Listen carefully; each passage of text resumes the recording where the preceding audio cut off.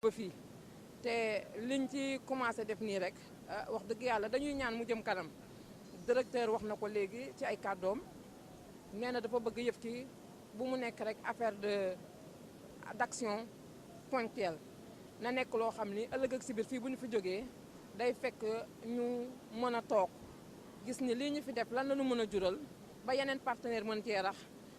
ba yeneen organisation mën cee rax ñu mën a dem fu sore ndax nag amuñu lu dul le littoral di ko préserver dafa war a nekk ñun ñëpp suñu priorité mu nekk une action commune mu nekk une action citoyenne pour toutes les populations donc dañuy ñaan rek li ñu sumb nii yàlla bu mu yem ci tey jii mu nekk action ponctuelle yàlla nañ fi dellu si waat ak des gros partenaires ba nga xam ne y aura vraiment un plan d'action boo xam ne qui sera là au profit des populations de Yoff-Ouah mais au profit de toute la communauté des volontaires pour une préservation définitive du littoral. macha allah am na solo dégg ngeen ko mu nekkoon kàddu madame Ndiaye moom mi nga xamante ni CNCPV la bokk waaw Gora Diouf Gora Diouf conseiller municipal kon ma bàyyi la kàddu gi rek yow tam nga wax ci luy sa xalaat. waa salaamaaleykum ñu ngi gërëm waa Mbooloo TV ndax affaire bi ñu koy def ñu ngi ko def si diggante ñeenti mur yeeg bu yaatoo ba yaatu si dëkk bi yéen a koy propagé donc njëriñ la. comme ni ñu ko waxee rek ñii li lancement la tey mais buñ ci jógee bépp kuréel bu ne ci Yoff war na mën a taxawee loolu ñëw def ko fii seetlu nga ne maire bi mu ngi jël ay nit yu nettoyé ci biir dëkk bi mais loolu aussi gannaaw masuñu ci boole plage bi li ñuy ñaan bu soobee yàlla bu ñu gisee maire mooy lancement bi ñu def fii ñi nga xamee ne ñoo ne ci biir dëkk bi te maire yi teg leen fi ñuy def lu mel noonu ñu wàcc si ci plage bi jàppale ci kuréel gu mel ni ànd taxaw Yoff ànd defar Yoff nga xam ne ñoom seen vocation yëpp mooy nettoyer dëkk bi ñu ngi gërëm aussi le doyen Sandiaye moo fi jëkk a nekk maire mais boobu ba léegi noppalakuwul di gërëm aussi président Fra Yoff ak jaraaf yi nga xam ne tey dañu sol tenue de sport kenn mënu leen xàmmee ñoom jaraaf seeni mu ngi fi woon sol tenue de sport kenn mënu ko xàmmee Aliou Bey ndombu tànk la mu ngi sol tenue de sport kenn mënu ko xàmmee loolu nag moom la ñuy ñaan population yi ñu ñëw wàcc si maire bi nag devoir am mooy soutenir action bi di ko perpétrer te loolu lañ koy ñaan bu soobee yàlla maire dinañu ko jotal loolu mu xam ko si boppam jërë ngeen jëf Mamadou Diouf Gora. Mamadou Diouf Gora moom nekk conseiller municipal dégg ngeen ko macha allah ndax ñoo xam naa ni waa mairie bi tam bu ñuy def action yu mel ni ñoom duñ ci des benn yoon ginnaaw kon dégg ngeen li nga xamante ne rek moom la fi wax dégg ngeen kàddu madame Ndiaye tamit bokk ci CNCPV muy kuréel gi nga xamante ne rek moom moo yor wàllu volontariat fii ci au niveau national yaakaar naa ay kàddoom boo ko déggee dinañ am yaakaar ne buñ fi jógee du yam fii rek waaye dina doon loo xam ne day continuer waaye itamit day firndeel rek kàddu yi Papa Issa wax moom tamit mel na ni daal am nañ ci yaakaar ni macha allah tànn Yoff bi mel na ni sax booy xool du hasard donc yaakaar nañ dina am ay njeexital yoo xamante ne ñu ngi ko ciy xaar te dinañ ko ci am kàddu suñu yeneen papa yi fii taxaw yëpp moom macha allah ñu fi wax dégg ngeen ko am na solo waaye kàddu kii tamit président bu APEXI moom i tamit tur bi naqati la sax Serigne Mbaye Diène Khalifa président APEXI moom tam ñu ngi koy jaajëfal di leen jaajëfal yéen ñëpp xam naa ni comme ñun ak yéen moom dañuy continuer fii ba ëllëg ba li ngeen defee ba muy jeex kon yaakaar naa duñ ko fi yamale dañuy daal di jëlandi pause rek en attendant leneen ak leneen yi nga xam ne moo fii xew wala fii ba suba ak jàmm incha allah kon ñu ngi leen di jaajëfal yéen ñëpp merci.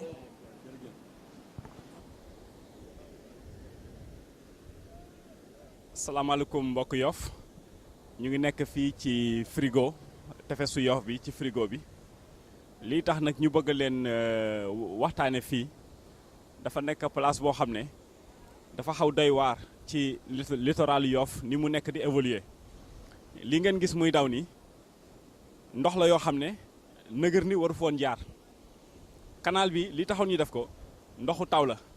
mais bu ngeen gisee ba fi ñu toll nii nekk ci mois de décembre le 4 décembre ndox mi di fi jaar c'est parce que am na leneen lu siy jaar loo xam ne du ndoxu taw loolu nag ay branchement clandestin la yoo xam ne ay eau vanne ndoxu mooy ndox yi di jóge ci fosse yi ak ay eau grise yii di jóge ci ndoxu fóotukaay yi moom la nit ñi di jël rek dajale yëlëb ko ci biir canal bi moom mooy teer fii ci tefes gi loolu nag dafay jur loraange yu metti tefesu Yoff dafa nekk ressource boo xam ne waa dëkk bi waroon nañ ci mën a jëlee njariñ yu bari mais lii dafa bokk ci lu koy gàllankoor gis ngeen gravats bi léegi daanaka ku am gravats ci dëkk bi fii lay ñëw sotti ka fi bu ngeen xoolee nappkat yi nga xam ne ñu ngi toll ci xaaw seen gaal gis ngeen jafe-jafe yi ñuy am pour xaaw seen gaal gravats yi dañu ko andi ba mu nekk ci kaw tefes gi te xam nga tefes gi fi la ndox mi di màngaane bu géej gi feesee ci tefes gi lay yéeg wàcciwaat te loolu bu ñu xoolee ci li ñuy wax infrastructure naturelle ni ko yàlla bindee dafa nekk benn système d'échange boo xam ne boo ci dugalee lu ci bokkul rek dafay indi entrave te lii bu xasee ba seey ci suuf si pour nga récupérer ko dafay jafe te bés bu ko yàqee muy li ñuy wax ci nasaraan artificialisation du lutte de la plage pour nga mën ko récupérer ba mu melaat loolu dina laaj ay juróom fukki at wala lu ko ëpp te loolu diggante bi am na lu bëri lu muy yàq ci li nga xam ne mooy war a jëmee alors askan wi ci kanam canal bi moom moo nekk nii gis ngeen exutoire bi alors kenn xamul lu muy niru lii nag ñu ngi ñaan vraiment am na projet bu am solo muy projet de dédoublement du canal ñu ngi gërëm bu baax maire Yoff ak autorité étatique yi niñ ci taxawee ñuy ñaan rek buñ ci tolloo war ko def nañu bàyyi xel ci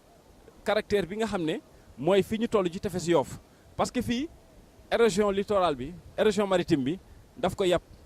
parce que il faut ñu sëkk ko def ba nga xam ne ndox yooyu war a ñëw muy ndoxu taw yi ak débit bi nga xam ne moom lay ñëwee mu bañ a gas tefes gi parce que su ko gasee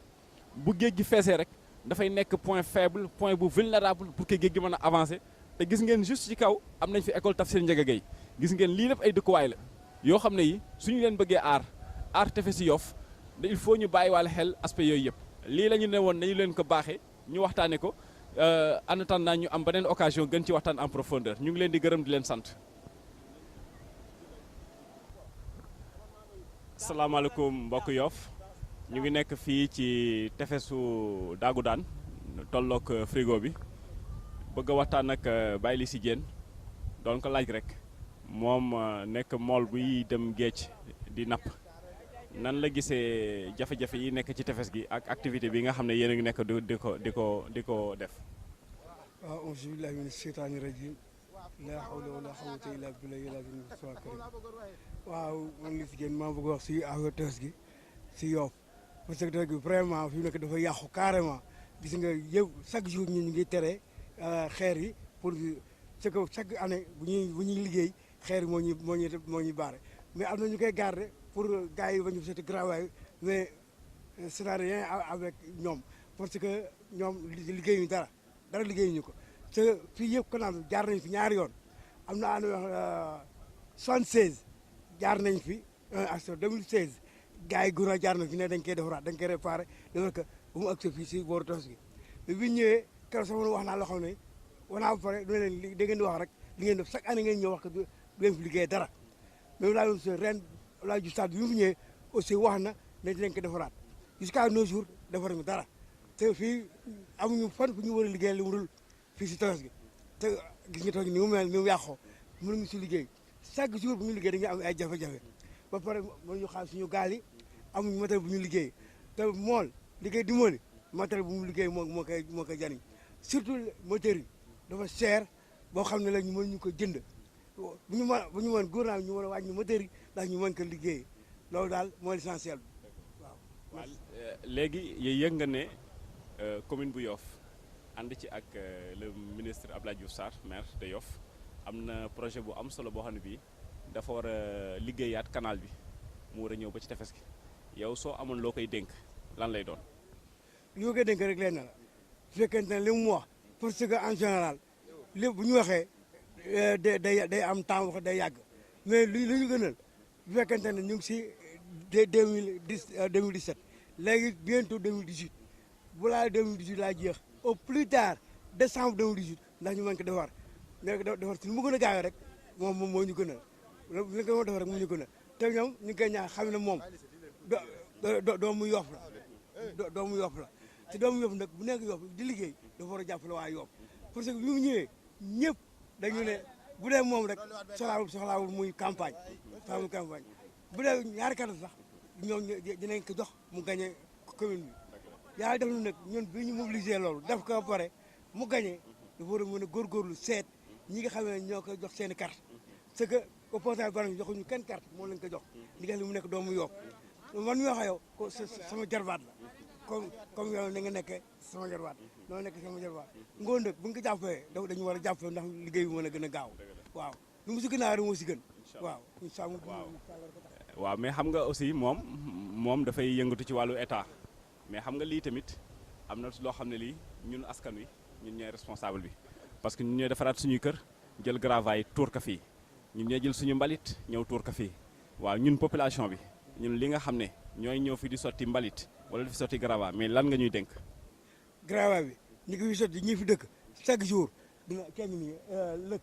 chaque jour da bëgg xeex fii di jeex grava bi chaque jour des fois ñun ñoo koy arrêté nag bu si coow c'est que ñun ñoo ko war a arrêté te moom suñu dem mu ngi si def kantanam da si xeex ak borom saret yi pourtant barki dem wala mu jëf fii avant ñu dem Tivaouane si la ñu ñëwee fii après waa ngi di xeex di sotti grava ñu ne ko doo ko sotti boo def mu ngi dem daal mais en général camions yi ñoom lañu fi yeewal ñoo dëkkuñu fi ñooñu fii ñi fi dëkk di fi sotti mbalit di fi sotti grava yi ku fi ñëw fekk ñu fi dañ leen di oññ fii Tanor moo fi nekk comme gardien ak Diagne daagu daal des fois ñoom dinañ fi taxaw di leen tere des fois ñoom duñu leen gis yow bu ñu la jëlee comme employé nag liggéey li nga xam ne liggéey moo lay suturloo da nga ci war def sa kantan def sa effort ndax bu ëllëgee koo xam ne kii kat mu ngi liggéey mais nag ñu daal ñu leen jàppale c'est que ñun en général comme ni nga waxee ñun nga xam ne ñoo moom suñu dëkk ñoo si war a jiitu ñoo si war a jiitu suñu jiital ku ne ku ñëw fekk ñu si mën ñu jàppale. jërëjëf merci beaucoup merci Diène. dégg nga nee na da ngeen di wax li ngeen di wax rek après su ma paree gis ngeen ba tey nag jugeeguñ fi nga xamante ne moom mooy plage bi instant bi ñi ma taxawal gis ngeen ay ndaw lañ ñoom ñoo nekk sama ginnaaw donc loolu di wane ni ñoom desuñu ginnaaw benn yoon ci wàllu assainissement wàllu lépp li nga xamante ne rek moom la ñuy jàngale ci wàllu aar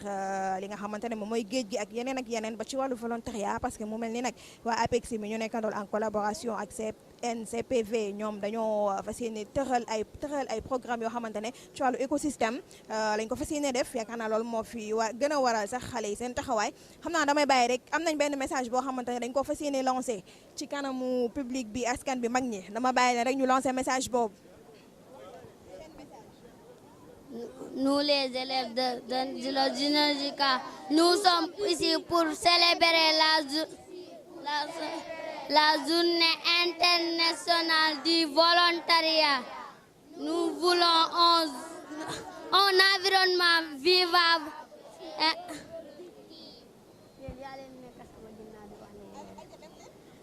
Nous, les élèves de Kenziro Ginosica, nous sommes ici pour célébrer la journée internationale du volontariat. Nous sommes ici pour nous voulons un environnement vivable et reproductible.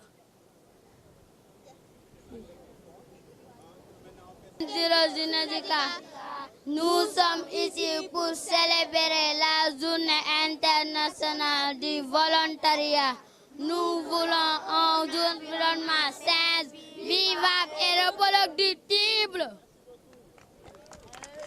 kon macha allah am na solo dégg ngeen kàddu yi nga xamante ne rek moom la xale yi wax noonu donc message la bu am solo bi bokk rek ci wàllu lu ñuy amal kon xam naa dañ leen di jaajëfal rek jox leen daje ci yeneen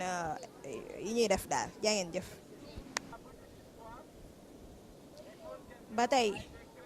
ba tey ñu ngi ak kenn ci ñi nga xamante ne rek ñoom ñoo yor wàllu organisation bi maanaam ñoom ñooy piloté wàllu journée internationale des volontaires instant bi maa ngi taxaw ak kenn ci ñoom dama koy jox micro bi rek mu nuyoo wax ñu tur bi naka la ak organisation bi naka la demee. asalaamaaleykum soxna si man maa ngi tudd Ismaïla Diatta nekk point focal comité national de coordination et de promotion du volontariat. Comité boobu nekk à la direction de la coopération technique bokk ci présidence de la République alors donc ñun ñooy organiser chaque année journée internationale des volontaires ak semaine nationale du volontariat ren nag yàlla dogal ak thème bi ñu choisir ñu ñëw fii bu Yoff donc dérouler fii un certain nombre d'activités dañu ko commencer par conférence de presse de lancement parce que chaque année balaa ñuy commencer semaine bi dañuy def benn conférence de presse de lancement kooku moment de communication la buy tax ñu wax lan mooy volontariat lan mooy journée internationale des volontaires ak yan activité dañ ciy déroulé donc boobu bu ñu ko defee ba noppi ñu def benn procession genre marche de sensibilisation sur la préservation du littoral parce que ren thème bi changement climatique mais ñun ñu gën ko basé ci protection du littoral parce que littoral bi boo leen seetee même fii Yoff sax fii ñoo ma doon wax naan fii yëpp amoon na ay kër mais kër yooyu ndox géej moo ko jël loolu changement climatique moo koy waral donc xëy na gaa am na loo xamante ne yàlla mbiru yàlla la mais am na loo xamante ne nit ki moo ko def parce que sànq bu ñuy nettoyé fii nii dañu gis ay jigéen di indi seen bali di ko tuur fii alors que ñun ñoo ngi doon nettoyé donc loolu dafa di en fait ñun sensibilisation bi moom la ñu bëggoon véhiculer donc moo tax ñu mobiliser tout ce qu'il y a comme corps de volontaires au Sénégal ñuy ay sénégalais ay américains ay japonais ay coréens ay français ak yeneen association fekk ci waa APEX yi waa Yoff ñoom itam ñu mobiliser wu macha allah pour ñu ñëw en fait def mbir mi lii nag acte symbolique la ñun ñëwuñu dans une idée que voilà dañuy ñëw nettoyer plage ba mu set wecc mais dañuy joxe geste boo xamante ne waa Yoff tam bu ñu ko gis daañu xam ne voilà géej gi dañ ko war a sàmm parce que géej bi tam ñun ci lañuy dund te suñu génération wala ay futur tam ci lañu war a dund voilà donc loolu moo nekk sunu taxawaay fii Yoff te kontaan nañ loolu nag. ci organisation bi est-ce que mën ngeen ñu wax ci seen système de pilotage ñan ak ñan ngeen ciy woo ci journée bi wala semaine bi ak itamit yan njeexital ngeen ci xaar seen objectif daal li ngeen ci bëgg. alors déjà ñun comité national de coordination et de promotion du volontariat donc coordinateur mooy directeur de la coopération technique Pape Birama Thiam vice coordinateur bi moom mooy chargé de programme VNU moom voilà programme VNU la bokk mais dafa bokk dafa bëri ay kuréel bon boo jëlee Sénégal waa service civique national bokk nañ ci. boo jëlee ñu mel ni STECEN EDEN waa DEFI bokk nañ ci Scout IMCA bokk nañ ci waa ACOSI corps des volontaires du troisième âge boo ñëwee ba si corps volontaires internationaux yi bépp réew boo xam ne am nga ay volontaires au Sénégal mel ni américain avec le corps américain de la paix yu mel ni France avec France volontaire yu mel ni japonais avec volontaire JOCV yi ak aussi volontaire coréens yi ñoom ñëpp bokk nañ si comité boobu nag les comité boobu nag ñun ñoo koy piloté au niveau de la direction de la coopération technique voilà mais ñu concerté wu ak partenaires yi nga xam ne ñëpp dañuy yëngu si volontariat pour tëral benn programme bi nag bon ren gaa moom taw koo ki parce que activité kii dafa bëri moo tax ñu tënk ko si ñaari fan rek alors mooy bu ñu commencé ak conférence de presse bi marche de sensibilisation ak nettoiement bi suba nag dañuy ñëw ci cérémonie officielle bi nga xamante ne bépp ambassadeur yi nga xamante ne dañu am ay volontaires au Sénégal ñoom ñooy ñëw mais ministre secrétaire général de la présidence de la République moom moo ko war a présider suba la fii ci pencum Yoff mais avant loolu 8 heures du matin dina am don de sang parce que aussi don de sang tam bokk na si crise yi parce que fii Sénégal boo demee banque de sang dañoo amul deret te ci CNCPV comité national de coordination et de promotion du volontariat am na ci kuréel boo xamante ne mu ngi tudd ANDOBES association nationale des donneurs de sang bénévoles donc ñoom aussi bokk nañ si CNCPV donc chaque année bu ñu organiser la journée internationale des volontaires de 5 décembre donc dañuy may deret aussi pour tam jàppale aussi waa centre transfusion sanguine pour ñu mën a am kii quoi ay poches de sang ci hôpitaux yi. yan objectif ngeen ci xaar loolu lañ ci xaar. alors suba par exemple ñu ngi xaarandiku en fait 250 poches yow tam na nga ñëw pour may sa deret donc loolu yaakaar nañu ko lool si nit ñi. voilà volontaires yi daañu mobiliser wu aussi waa Yoff tam nañu mobiliser wu ñoo ngi xaar au moins 250 poches voilà incha allah. yow yaa ko wax sànq bi ngeen di nettoyer am na ay ñoo xam ne ñi ngi ñëw di këpp mbalit donc loolu su dee sañ naa koo wax peut-être esprit sénégalais xaw ma lan lañ ko mën a tuddee yéen est-ce que xalaat ngeen ni dinañ leen dégg nit ñi sensibilisation bi ngeen di def ba dem ba li nga xamante ne moom ngeen bëgg ci askan bi ngeen am ko. yaakaar nañ ko xam nga ñun nu ñu ko tuddee mooy la pédagogie par l'exemple ñun dañu ñëw dañu yore suñu slogan di wax waa que dañoo war a sàmm géej bi après ça nettoyer les plages parce que plage bu tilimee baaxul donc ak symbole bu ñu def mooy nettoyer loolu mooy la pédagogie par l'exemple dañu ne lii baaxul dañu nettoyer donc ñu ñëw nettoyer symboliquement mais ñun mënuñu jógee koo fële pour ñu nettoyer donc loolu waa Yoff bu ñu ko gisee nañu am na ay gan yoo xam ne dañoo jógee feneen ñëw nettoyer sur place comme ñun ñoo ko tilimal donc ñun tam dañoo war a am xel ni que lii war ñu koo def voilà donc lii en fait lii acte boobu kii loolu ñu tax a jóg donc voilà donc te yaakaar nañu am nañu yaakaar lool parce que voilà gis nañ fi taxawaay population yoo boo xamante ne daal buñ ci sukkandikoo daal li bët dina changé waaw du soppeeku gaamu mais xam développement c'est de petit pas ay petit progrès la voilà ñaari bu ñu amee conscience bi ni ko ñu commencé di sensibiliser loolu baax na donc ñun loolu moom voilà c'est important pour nous quoi. Ismaïla Diatta comité national de coordination de promotion du volontariat maa ngi liggéey à la direction de la coopération technique loolu direction boobu bokk na ci présidence de la République. dégg ngeen ko kaddu Ismaïla Diatta kon ñu ngi lay jaajëfal macha allah kaddu yi am na solo yaakaar naa dinañ ko dégg te dinañ ko jëfee kon ñu ngi lay jaajëfal en attendant rek demain incha allah ci yeneen i programme merci.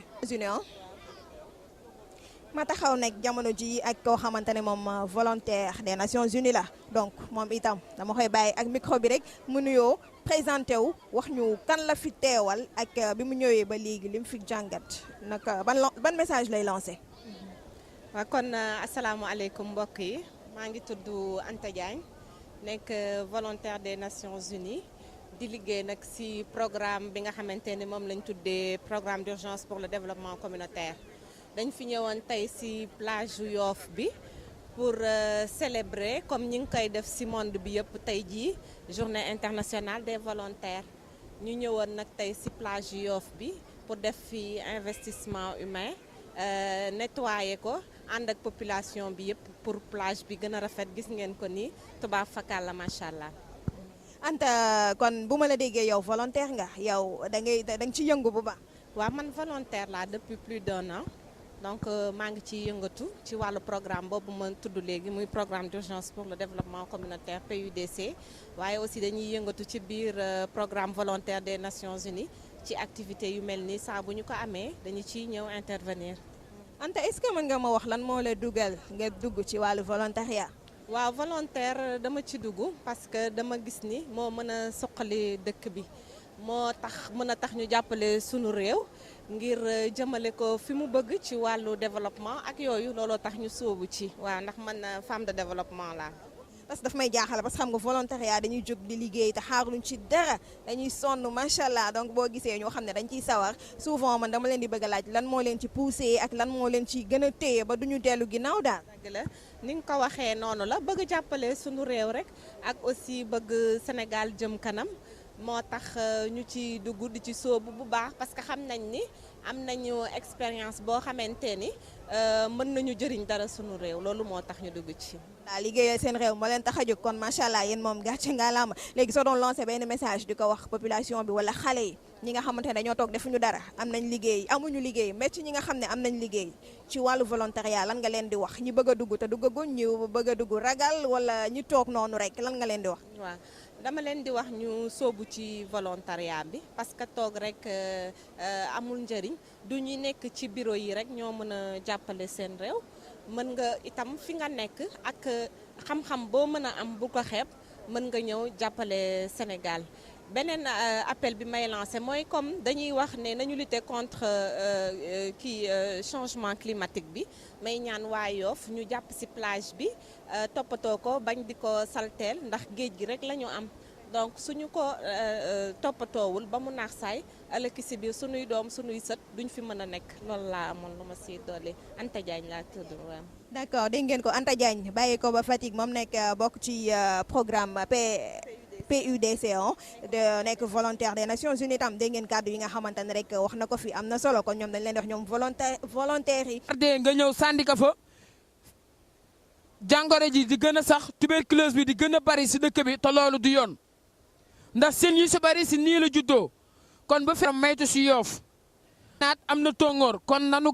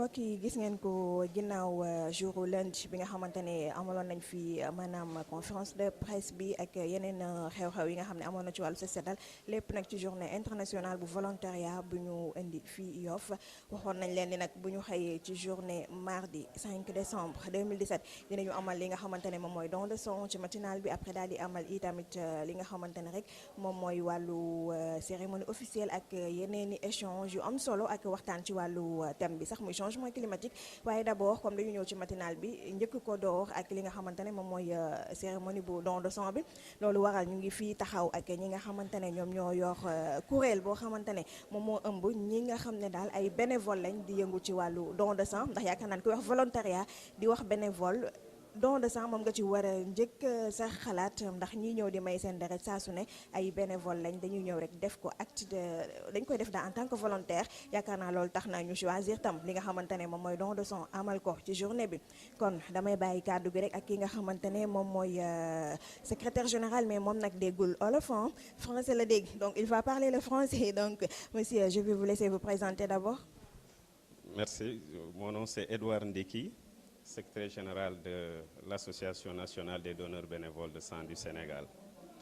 Monsieur Ndeki, est-ce que vous pouvez nous donner vos impressions par rapport à l'acte d'être volontaire, être donateur? Par exemple, si on parle de don de sang, on parle de bénévoles. Donc je pense que ce sont les premiers bénévoles donner du sang. Donc je vais vous laisser la parole. Vous nous donnez vos impressions par rapport à cela. Merci madame. Je crois que le donneur de sang, comme vous l'avez si bien dit, est un des premiers bénévoles, des premiers volontaires, puisqu'il n'y a pas de don plus noble que le don de sang. Donc en cela, les donneurs de sang sont les premiers bénévoles et les premiers volontaires. C'est pourquoi le don de sang aussi est inscrit en lettres d'or dans le programme de la Journée internationale du volontariat, tous les 5 décembre de l'année. C'est ce qui motive notre présence cette année à Yoff, en partenariat avec APEXI, une association très dynamique qui vraiment s'occupe, intègre également ce geste noble, cet acte de don de sang dans son programme. Ils sont coutumiers de cette organisation. À part cela, donc, est-ce que vous pouvez nous donner votre point de vue par rapport aux volontaires ou bien à la journée internationale des volontaires ou bien à la semaine nationale du volontariat, votre opinion, votre point de vue par rapport à la population sur le volontariat? De manière générale sur le volontariat, je dirais que dans nos pays sous-développés, il y a beaucoup de volontariat, même si ce n'est pas organisé, bien structuré comme dans les pays du Nord. Mais très souvent, nous faisons du volontariat, même sans l'appeler par son nom. Mais l'Africain, le Sénégalais en particulier, est très prompt au volontariat. Et pour peu qu'on les organise, ils font des merveilles. C'est ce que nous essayons de faire dans le domaine que nous avons choisi, celui du don de sang. Et nous essayons de sensibiliser la population sur l'importance de la disponibilité du sang dans nos structures de santé. Tout le monde sait que très souvent, il arrive qu'on apprenne des cas de décès malheureusement dus à la non-disponibilité du sang dans certaines structures. Et donc nous nous efforçons de recruter de nouveaux donneurs, de les fidéliser dans le don de sang par la sensibilisation. Ouais. Par la sensibilisation, effectivement, c'est important. Donc, à part ça, quel appel vous lancez aux populations de manière générale sur le volontariat, mais sur l'acte de don de sang? Quel appel vous lancez? Voilà, sur le volontariat de manière générale, je lance un appel à tout un chacun. Chacun a toujours quelque chose à donner dans le domaine où Dieu lui a donné certains dons. Donc il peut voir le domaine dans lequel il est le plus à l'aise et essayer de donner un peu de soi. C'est l'appel que je lance. Particulièrement pour le don de sang, comme je l'ai dit tout à l'heure, c'est une nécessité. Et ce n'est pas normal que dans un pays comme le nôtre, où la majorité de la population est jeune, et quand Dieu nous fait la grâce d'être en bonne santé, nous devons en retour vraiment penser aux autres qui sont malades, essayer de rendre disponible le sang. Ça, c'est possible au Sénégal. Si les jeunes s'engagent, on peut rendre disponible le sang dans nos structures, qu'il ne manque plus de sang. Je pense que c'est la cause pour laquelle vous avez inclus cette cérémonie de don de sang dans ces occasions-là. Voilà, tout à fait. C'est pourquoi le Comité national de promotion du volontariat, également le CNCPV, a inscrit cette activité de don de sang dans le programme de la Semaine nationale du volontariat. Et particulièrement pour la journée internationale du volontariat, chaque année, on organise une collecte de sang au profit du Centre national de transfusion sanguine qui se charge de le mettre à la disposition des structures de santé. Et à part la journée aussi, donc en dehors de ces événements, vous faites toujours des activités comme ça ou bien? Tout à fait. Nous, c'est notre métier, c'est notre vocation. En dehors de nos activités professionnelles à chacun d'entre nous, c'est le don de sang qui nous motive, qui nous réunit. Nous organisons des collectes de sang. Nous avons nos dates dans le calendrier du Centre national de transfusion sanguine. Nous avons un certain nombre de partenaires avec lesquels nous organisons régulièrement des dons de sang. Et il y a également la journée internationale des donneurs de sang le 14 juin, une journée également au cours de laquelle une collecte de sang est systématique. Voilà. Monsieur Ndeki, votre dernier mot? Mon dernier mot, ce serait à l'endroit de Apexi, qui nous a accueillis dans ses locaux. Un bel accueil, très chaleureux. Je ne peux que dire merci, un grand merci à Apexi, et que vive cette collaboration, ce partenariat qui est lancé. Merci à vous aussi monsieur Ndeki moom dégg ngeen ko macha allah mu nekkoon rek ki nga xamante ne moom mooy secrétaire général bu association bi ëmb kuréel bi nga xamante ne ay bénévole lañ di joxe li di maye deret donc dégg ngeen ko moom ay kàddoom ci français la ko wax waaye xam naa di ngeen ko dégg. instant bi nag ki nga xam ne moom moo fas yéene wax kàddu gi ci olof moom mooy dama koy bàyyi mu présenté wu rek wax ñu nu mu tudd ak lan la représenté ci association bi. Salaamaaleykum, Madame Thiam Fatou Dior Ndiaye. Je suis chargée des relations financières de Ondobes. Madame Thiam donc ma lay laaj rek en tant que yéen ñu yor kuréel gi nga xamante ne ay bénévole ñoo fa nekk di joxe lii di don de sang ku nekk xam na ni lu am solo la loolu waral ngeen inclure ko ci programme journée internationale bi ndax kuy wax bénévole yaakaar naa doo ci génnee lii di don de sang ma bàyyi la rek nga wax ñu sa ay impression ci mbir moomu ak lan ngay ci wax askan bi ci joxe sa deret. waa liñ ci wax rek defe naa ni bu ñuy wax bénévolat ci don de sang lay njëkkee ndax deret boo xam ne da nga koy jël te yàlla rek a tax ndax deret dafa doon loo xam ni kenn mënu ko liggéey benn usine mënu ko nit moo ko mën a def jox ko sa morom nga sauver vie wam te defe naa ni bakkan dara gënu koo foox ba tax na ni ki jóg pour yëngatu si loolu pour maye deret defe naa ni loolu mooy mbirum bénévolat waaw. kon à part activité yi ngeen di def ci journée bi sa impression ci volontariat en général boo ko doon wax askan bi lan nga leen di wax ak lan nga leen ci ñaaxee daal. waa man li may wax rek moo di man dama ne ñëpp ay volontaire nenu lu tax ñëpp ay volontaire nenu ku nekk yaa ngi jub yëngatu ci li la yàlla may te yàlla rek a tax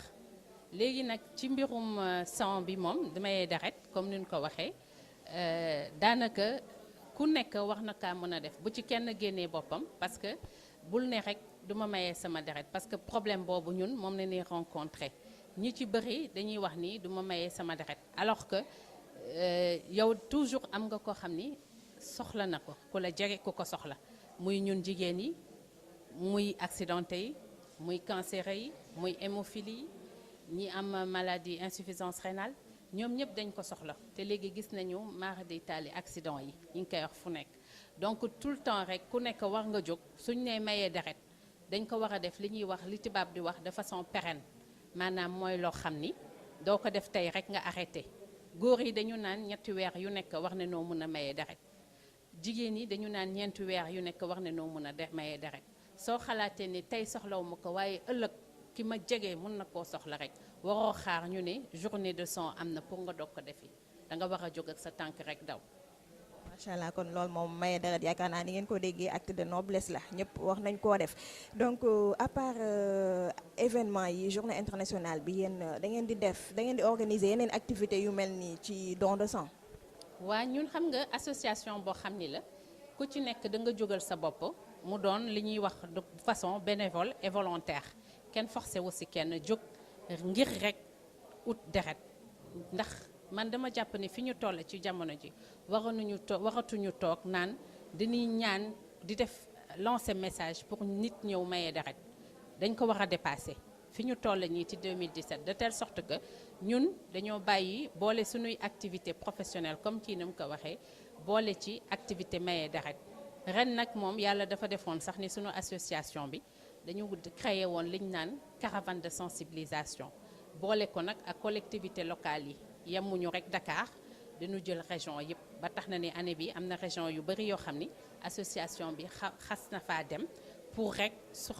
sensibiliser nit yi ñu ñëw ci maye deret donc ñun association bi continuellement dañu am ay activités yoo xam ni dañ ko insérer ci calendrier wu CNTS maanaam centre de transfusion sanguine ñi nga xam ne ñooy jël deret ñun dañuy jóg def organiser ay journée de don de sang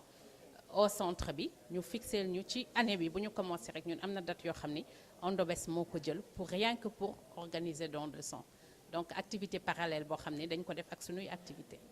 voilà association bi su ma la déggee moom saa su ne ci lii la yëngu wàllu don de sang jàppale ñi nga xamante ne ñoom ñooy am problème yu mel noonu daal pour fexe mën leen ko gën a yombalal mais lu tax ngeen inclure ko don de sang ci journée internationale bénévolat parce que donc li ñuy wax sànq rek ne premier bénévole moom mooy ko xam ne donateur la n'est-ce pas. waaw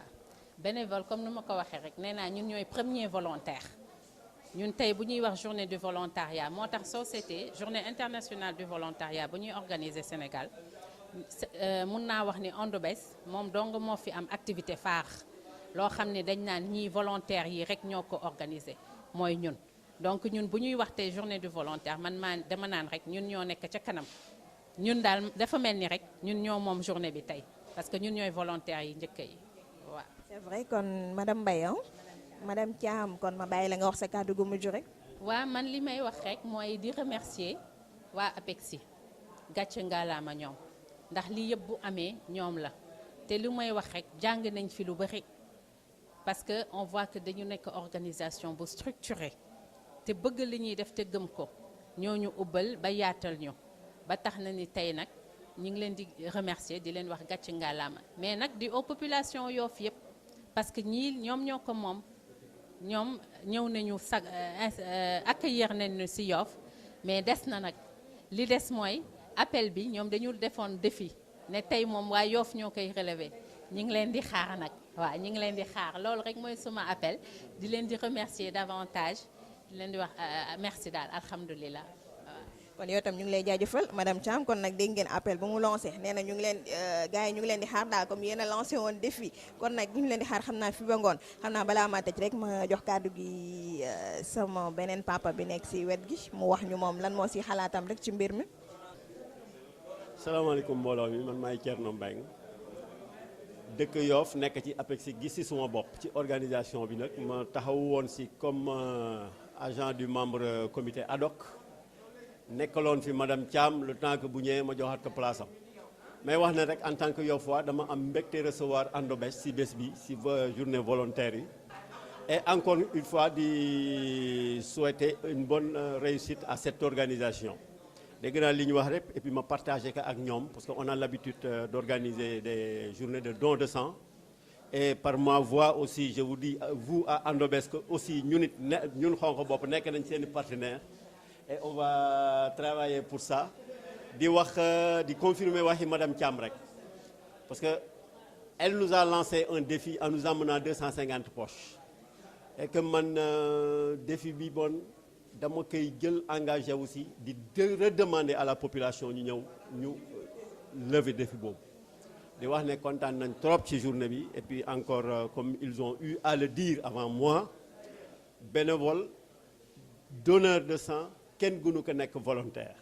donc journée bi journée don de sang la encore une fois ñuy wax suñu exprimer suñu satisfaction ak suñu engagement à travailler dans ce sens. Encore une fois, merci aux volontaires, merci à APEXI, merci à la commune de Yoff et merci à toutes les populations qui ont répondu à cet appel. Je vous remercie. Monsieur Mbengue balaa ma lay bàyyi dina la laajaat comme da nga ni comme yéen waa APEXI ñëpp xam nañ leen tamit ci wàllu volontariat wàllu bénévole et tout donc yaakaar naa activité bi bu ñu fi jógee du yam fii rek mais dina doon luy continuer ci wàllu volontariat laay wax sax nag. waaw wàllu volontariat mën nañ confirmer à la population de Yoff que APEXI bii mooy deuxième journée mu engagé wu pour célébrer une journée de volontariat parce que yu mel nii defoon nañ ko en 96 donc nga xam ne pour vous dire que APEXI yàgg na exister te ci volontariat la mos di woy c'est comme aussi ñi mu ëmb muy les familles linéaires mel ni ay xonq bopp yeeg yeneen xeet yeeg xaagaan yeeg yooyu c'est des familles au sein de la collectivité la bu yoo xamante ne aussi si wàllu volontariat lay yëngatu moo tax may gën a redemander les populations de Yoff les familles linéaires qui sont là les 12 familles de la collectivité la bu aussi ñu gën a forcer verser dans cette idéologie soutenir APEXI et que surtout encore une fois je demande à la population jàppale leen ma ngeen ñëw si journée soxlaa naa leen don de sang les populations de 18 à 60 ans et 50 kilos. Et je vous remercie. macha allah am na solo waaye itam ñu ngi lay jaajëfal dégg ngeen ko moom monsieur Mbengue dégg ngeen kàddu yi ñu fi wax yëpp macha allah am na solo yaakaar naa ni boo leen ko déggee dina am jàngat boo leen ci def bu baax a baax kon ñu ngi leen di jaajëfal ñoom ñëpp di jaajëfal moom secrétaire général bu association bi ak itam ku yor wàllu finance bi muy association bi nga xamante ne rek moom moo ëmb ñëpp ñu nga xamante ne ay bénévole lañ di yëngu ci wàllu don de sang donc yaakaar naa am na solo loolu waral seen teewaay tey ci journée internationale bi fii ci Yoff kon ñu ngi leen di jaajëfal bu baax ñoom ñëpp di leen dig daje rek xam naa comme programme yi jeexagul xam naa ci kanam rek ci cérémonie officielle bi kon jaa ngeen jëf merci.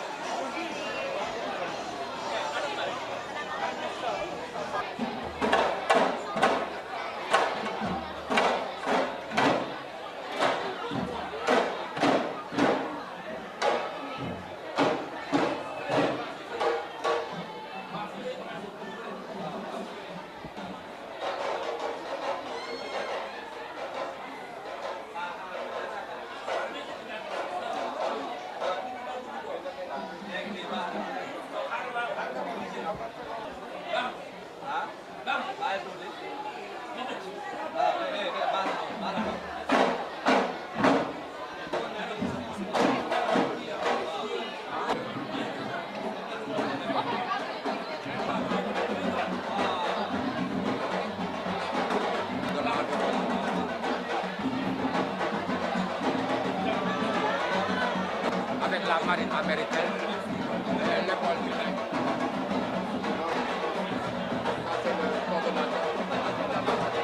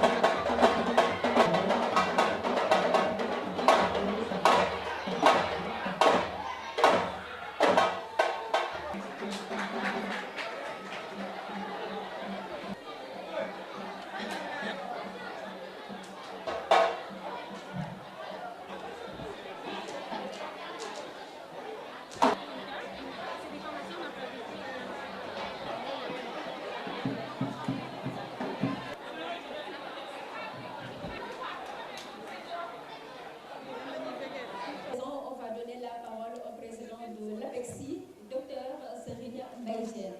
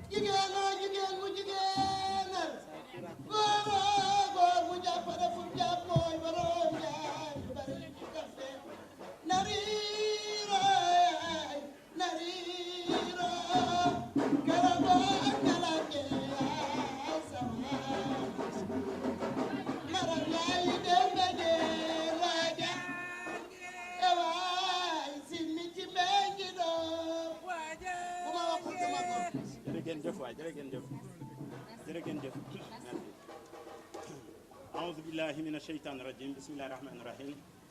salaamaaleykum mbooloo mi dañuy ubbee rek tuuti ci wolof nuyu leen nuyu kilifa yi waaye nag waxtaan wi ñu ngi koy defee ci français. Monsieur le ministre, secrétaire général de la présidence de la République, Monsieur les ambassadeurs et représentants des organisations et des pays qui ont envoyé des volontaires ici au Sénégal, les États-Unis, la France, le Japon et la Corée, Monsieur le représentant du maire, Messieurs les autorités coutumières et religieuses de Yoff, c'est l'imam Ratib, et les imams, le représentant du Khalif général des Layènes,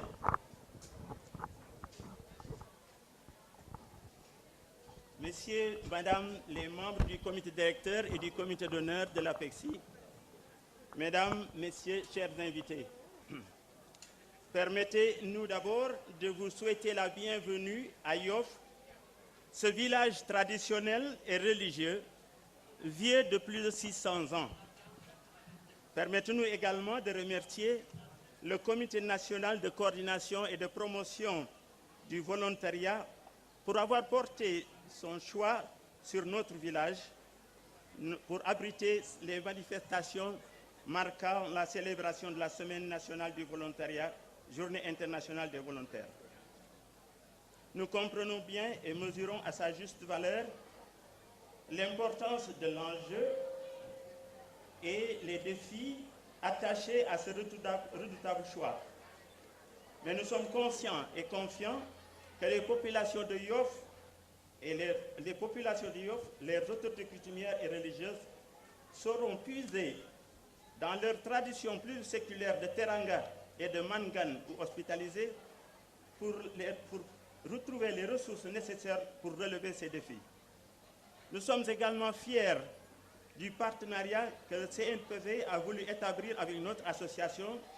l'Association pour la promotion économique, culturelle et sociale de Yoff, APEXI Yoff yi démb ak tey, c'est-à-dire le Yoff d'hier et d'aujourd'hui. Cette association est vieille déjà de plus de 37 ans. Elle regroupe l'ensemble des forces vives de Yoff pour créer un cadre unique de concertation et d'action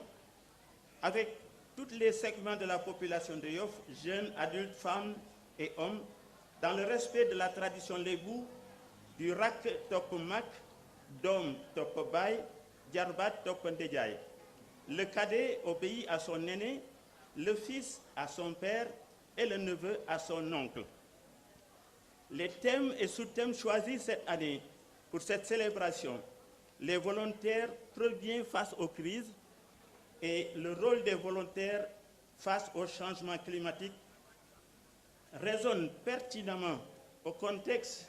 et de l'environnement socioculturel de Yoff. Yoff, la religieuse, est le berceau de Sayyidina Limamullahi al-Mahdi qui a imploré Allah subhanahu wa ta'ala pour qu'il fasse reculer la mer afin d'implanter durablement ses disciples dans son quartier béni de l'Aïen. Yoff, la culturelle, est sous la protection également de son génie créateur, Mame Diarra, à qui est dédié chaque année des cérémonies d'hommage appelées Tourou. Yoff a conservé vivante son système de gouvernance traditionnelle qui prévoit que tous les citoyens, de manière volontaire, doivent donner une partie de leur temps à la gestion de la paix civile et sociale avec la création d'assemblées populaires que sont les frais, ceux qui sont âgés entre 55 et 60 ans, les Djambouri Yoff environ entre 66 ans et 70 ans, les Magui Yoff, ceux qui sont âgés de plus de 110 ans. Ces assemblées populaires sont responsables du maintien de la paix et de la justice entre les concitoyens. À côté d'elles, le pouvoir exécutif est établi avec le Djaraf, le Ndeye Direw, le Saltigué, etc. Ce système de gouvernance traditionnelle fonctionnant depuis plus de 6 siècles a permis de garder le village de Yoff sans commissariat de police ni de gendarmerie. Mais à Yoff, nous assistons depuis maintenant plusieurs décennies à la dégradation de l'écosystème maritime avec l'avancée de la mer qui a déjà englouti plusieurs habitations. C'est pour cette raison que notre association s'est engagée depuis sa naissance à mener une lutte âpre et permanente contre ce fléau. C'est dans cette optique qu'il avait organisé en janvier 1996 la conférence internationale des écovilles et écovillages en collaboration avec le ministère de l'Environnement et de la Protection de la Nature, la commune de Dakar et des partenaires américains du village écologique d'Ithaca à New York. De cette conférence est né le réseau national des écovillages et plus tard l'Agence nationale des écovillages. Donc, mesdames et messieurs, retenez que Yoff et l'APEXI sont fiers de confirmer ici que les écovillages du Sénégal et les institutions qui les supportent trouvent ici leurs origines dans ce village traditionnel de Yoff. Nous voudrions pour terminer vous réitérer notre détermination et notre engagement à faire de cette célébration une réussite totale par la grâce d'Allah subhanahu wa ta'ala. Nous tendons la main au Comité national de coordination et de promotion du volontariat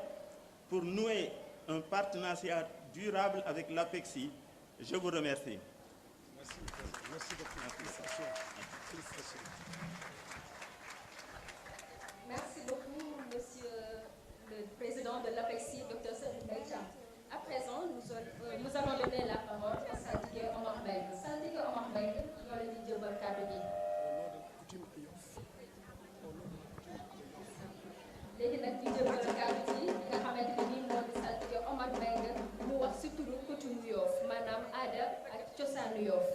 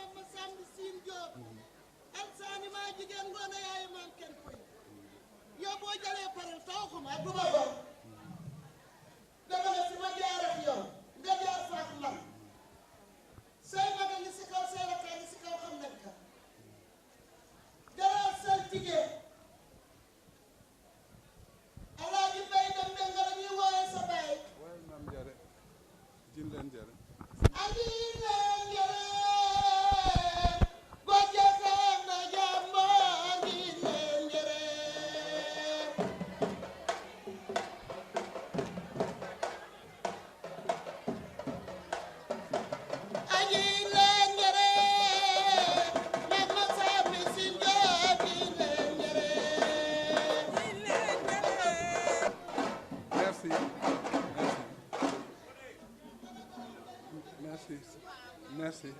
Merci. Merci. Bien sûr, bien sûr. On a des contraintes de temps, mais vous êtes sur un terroir qui est multiculturel, qui a un patrimoine matériel et immatériel. Je crois qu'il était de notre devoir qu'on chante un peu la reine de la mer, Mame Diarra, le génie protecteur. Alhamdulillah.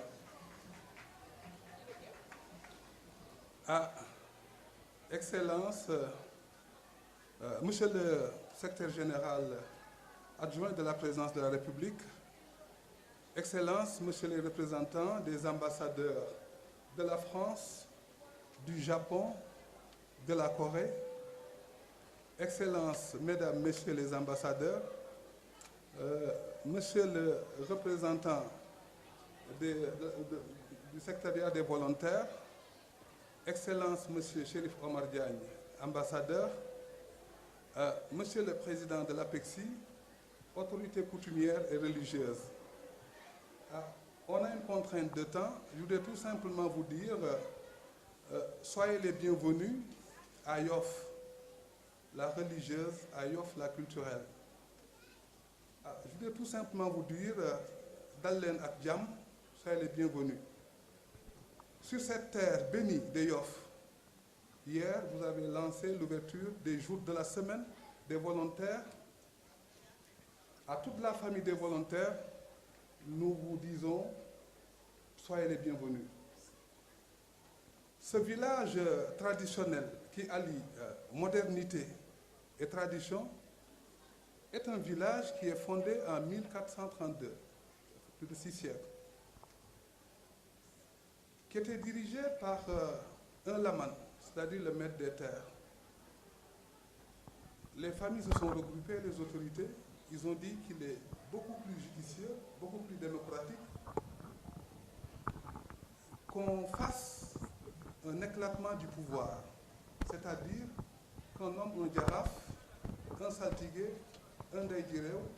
et des assemblées. L'assemblée des frères, des djambours et des mags. Cette société multidimensionnelle où il n'y a pas de caste supérieure, c'est une société endogamique, égalitaire,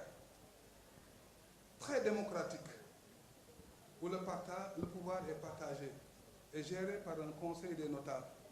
composé des djarafs, du djaraf, du saltigue, du ndaïdiré, du président des djambours, du président des mags, du président des frères, du représentant du khalife général des Layènes, de l'imam Ratib et de l'APEXI. APEXI qui vous reçoit ici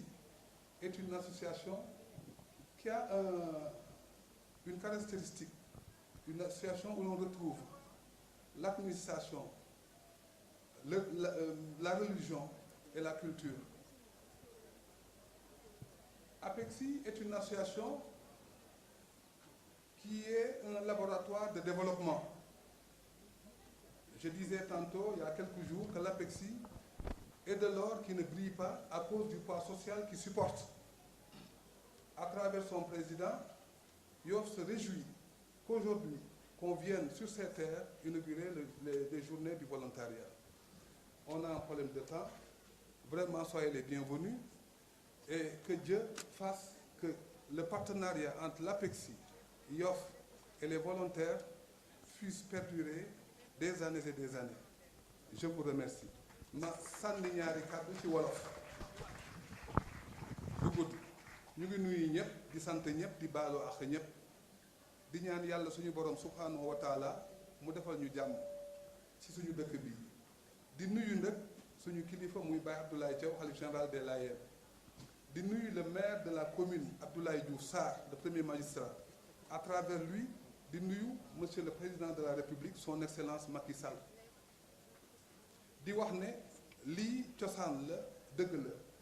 APEXI bu àndeek waa Yoff ñuy dalal volontaires yi fii te ñu xam ne fii solidarité ak juboo ak déggoo ak tàppoo ak dëgg moo fi am kon ñu ñaan yàlla suñu borom subhanahu wa taala daje bi yàlla bu mu nekk suñu mujj daje te lépp luñ ci yaakaar ci biir résolution yi ñu defoon ca COP 21 à Paris ñu signé ko ci domaine environnement te ko xam ne Yoff ay peuple ndox lañu littoral baa ngi fii géej gi ñu di koy agressé te le thème de l'environnement est un thème très actuel waaye fekkoon na fii mag ñi duñu sànni ndox mu bon ci géej duñ ci dugal lu bon duñ ci dugal lu ci bokkul allahumma salli ala sayyidina wa sallim. Nous saluons ici sur cette place la présence du coordonnateur résident des Nations Unies. Nous allons écouter à présent le 3e adjoint au maire de la commune de Yoff, Ibrahima Fall, qui représente le maire de la commune de Yoff, Abdoulaye Diouf Sarr. Ñu dalal léegi ki nga xamante ni nii mooy Ibrahima Fall di 3e adjoint au maire bu Yoff joxe kàddu ki nga xamante ni nii mooy maire bu Yoff, Abdoulaye Diouf Sarr. Ibrahima Fall, vous avez la parole.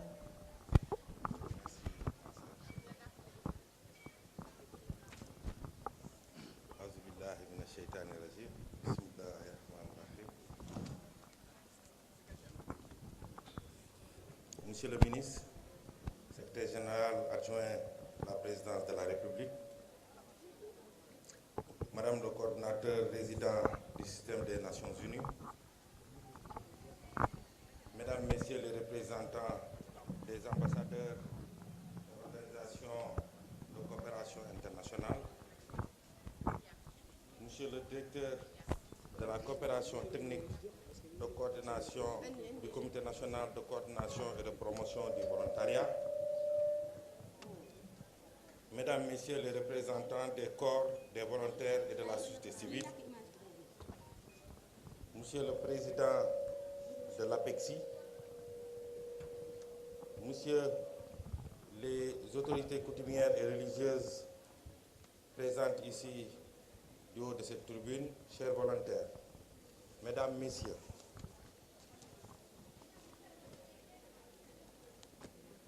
au nom du ministre maire de Yoff, M. Abdoulaye Diouf Sarr,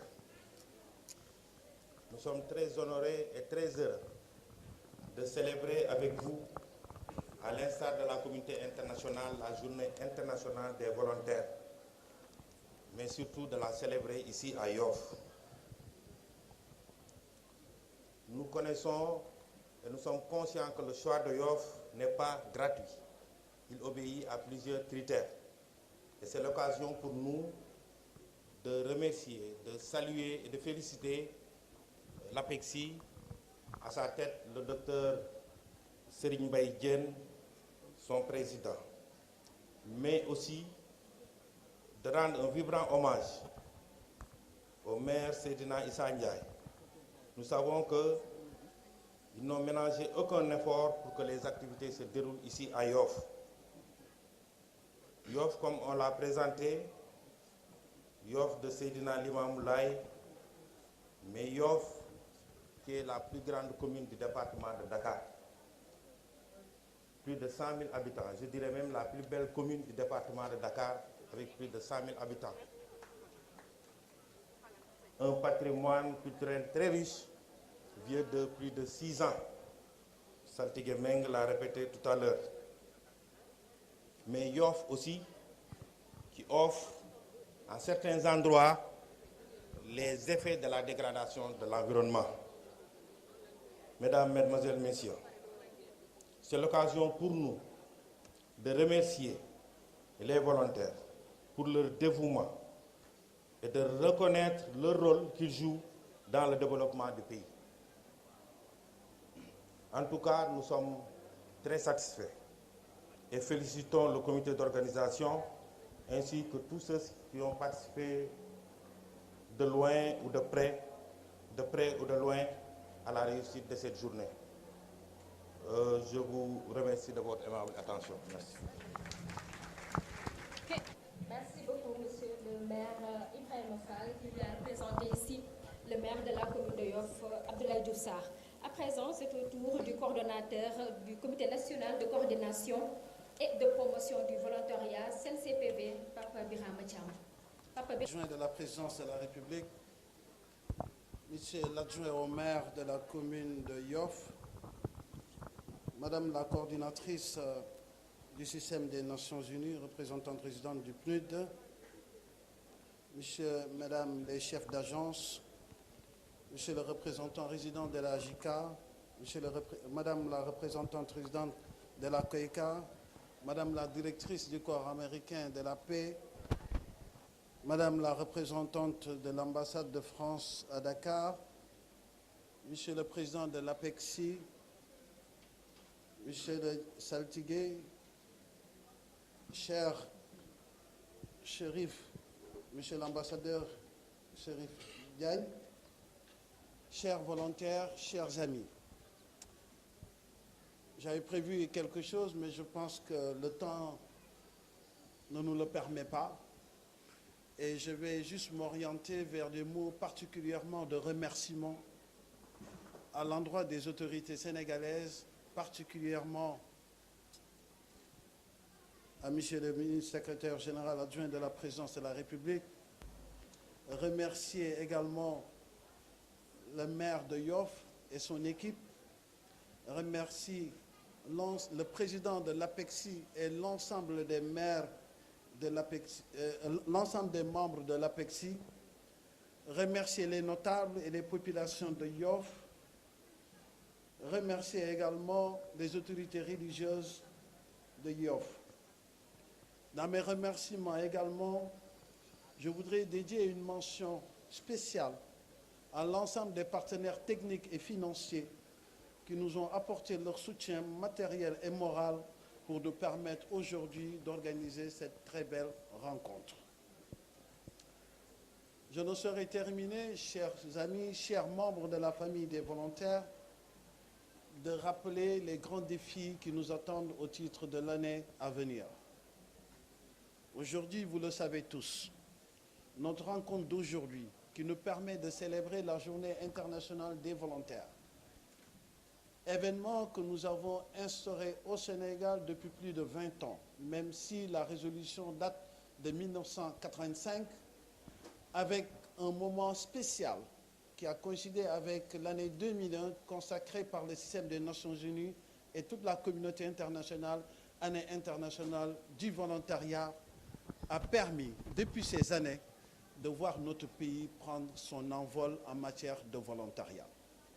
Aujourd'hui, le volontariat au Sénégal se distingue par des performances qui font de notre pays le premier pays de destination du volontariat international en Afrique subsaharienne. Aujourd'hui également, dans notre pays, nous avons l'émergence d'un volontariat très particulier qui mobilise et qui transcende les âges, qui transcende également les sexes, mais également qui transcende les races et les couleurs. C'est au Sénégal que nous pouvons nous honorer d'avoir dans notre continent le premier corps de volontaires dédié au Seigneur. C'est au Sénégal également que nous avons des corps de volontaires qui nous viennent de notre diaspora. Même les enfants issus des deuxième, troisième, quatrième générations ont une pensée particulière pour le pays d'origine de leurs parents et exercent leur devoir de solidarité à travers le volontariat.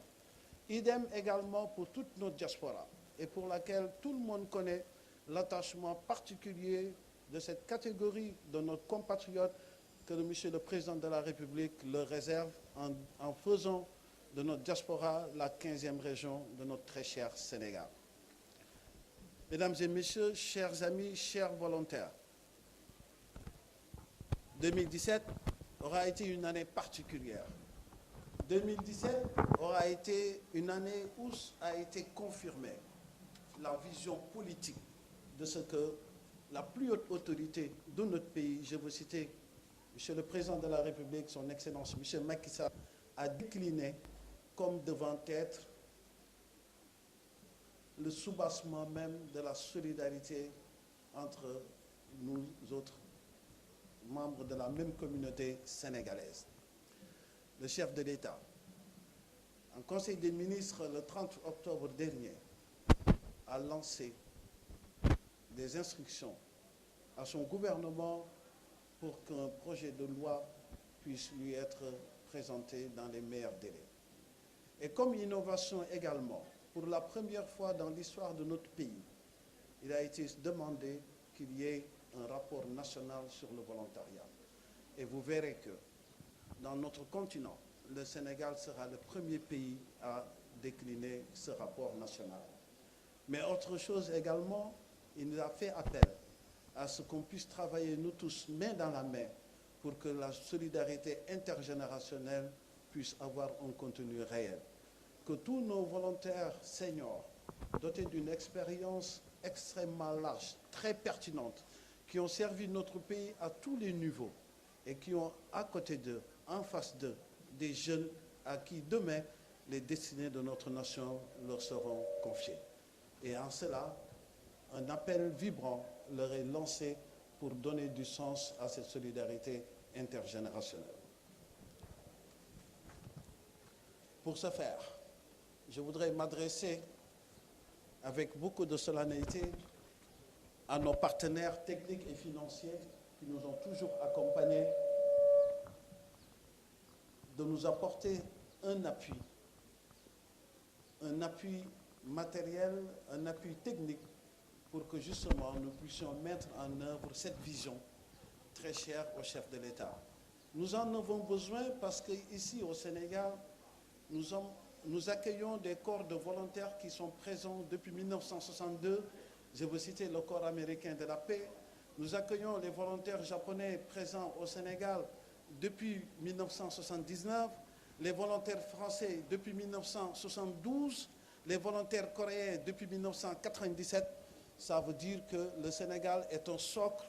d'échange et de partenariat en matière de volontariat. Et ce partenariat également devrait nous servir dans la construction de l'infrastructure destinée justement à la promotion du volontariat pour que le volontariat puisse être considéré comme un outil véritable du développement économique et social de notre très cher Sénégal. Je voudrais terminer par ces mots pour une mention honorable à l'endroit de M. le ministre secrétaire général adjoint de la présidence de la République pour le soutien sans cesse qu'il nous apporte à nous tous membres de la famille des volontaires. Il pousse très loin le dossier du volontariat et je voudrais qu'au nom de cela, qu'il puisse avoir cet hommage mérité de la part de la famille des volontaires. Je voudrais également rendre un hommage vibrant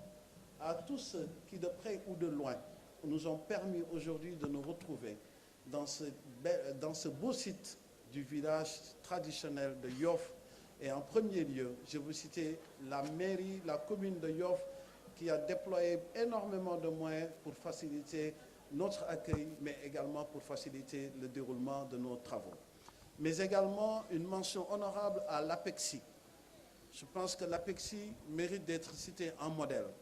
modèle d'implication pour la promotion du développement communautaire. Et en cela, ils sont les premiers des volontaires. Et je peux confirmer ici, à l'endroit de M. le Président Diène, que notre partenariat doit immédiatement voir le jour pour qu'ensemble, le CNCPV, ensemble, la commune de Yoff, ensemble, avec l'APEXI et les populations de Yoff, nous puissions donner des réponses concrètes aux préoccupations de nos compatriotes ici à Yoff à travers la mobilisation de toute la famille des volontaires. Je vous remercie vraiment de votre très aimable attention. Vive le volontariat, vive la famille des volontaires. Merci. joxe sa kàddu Madame Chia.